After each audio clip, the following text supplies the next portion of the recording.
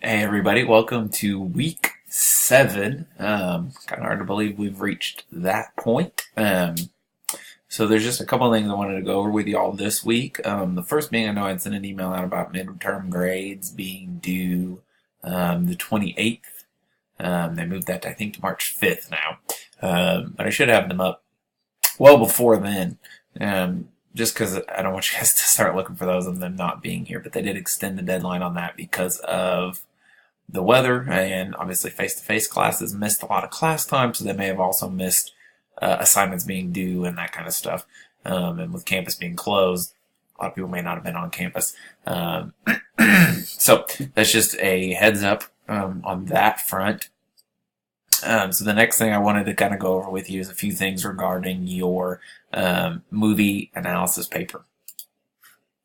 So obviously, if you go into the content section, it should be visible. I was brought to my attention the other day that it was visible last week, and then I had messed with it, I guess, on Sunday and made it invisible. So it should be visible again. There's 3 things in there. Your instructions, so that's going to be the main document to kind of see what's needed in terms of what I'm looking for, what you need to include in the assignment. And then there's a rubric, which again is kind of just, again, showing what's needed, but it breaks it down into, kind of a point system. So this many points for that, this many points for this, that kind of thing. So look at those 2 things a couple times before you start working on it. Make an outline maybe of what you're wanting to write in terms of the rubric. Just a couple suggestions. And then this is an example paper. Of kind of a movie analysis about Inside Out.